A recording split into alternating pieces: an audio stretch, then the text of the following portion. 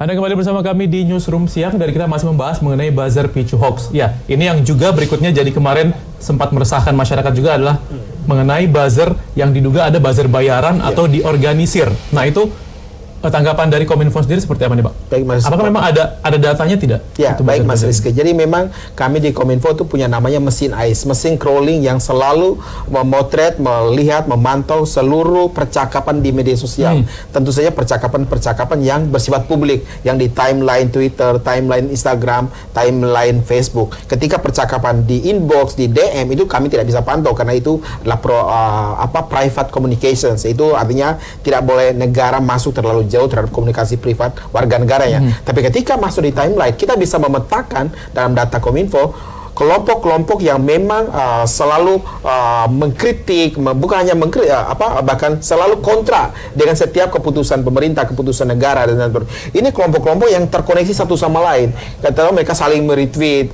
Ketika ada satu orang yang memposting konten, yang lain meretweet. Begitu sebaliknya di kelompok yang mendukung pemerintah itu akan ada muncul sebuah koneksi satu sama lain. Tapi kita tidak tahu bahwa apakah mereka kemudian saling membayar atau pihak itu kita tentu saja perlu data dan saya pikir ini masuk ranah penegakan hukum pihak kepolisian lah yang kemudian menelusuri misalnya kalau terjadi siapa yang membayar siapa untuk kepentingan penyebaran hoax tadi.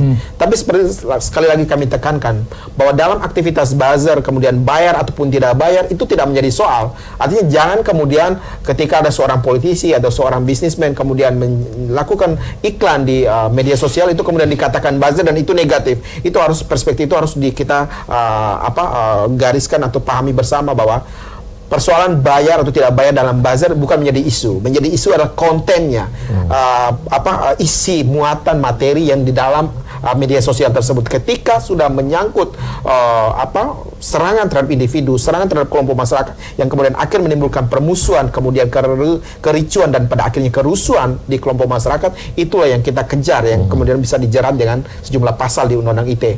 Tapi perlu kami tekankan juga Mas Rizky bahwa di era digital ini jangan sampai karena takut sama undang-undang itu tidak kemudian jadi malas ngomong, malas kritik, tidak. Justru di era demokrasi, kritik itu adalah vitamin bagi demokrasi. Negara dikritik, penyelenggara negara dikritik, kami eksekutif dikritik, DPR dikritik, itu sangat penting. Tapi kritik seperti apa yang diperbolehkan itu menjadi rambu-rambu yang harus dipahami.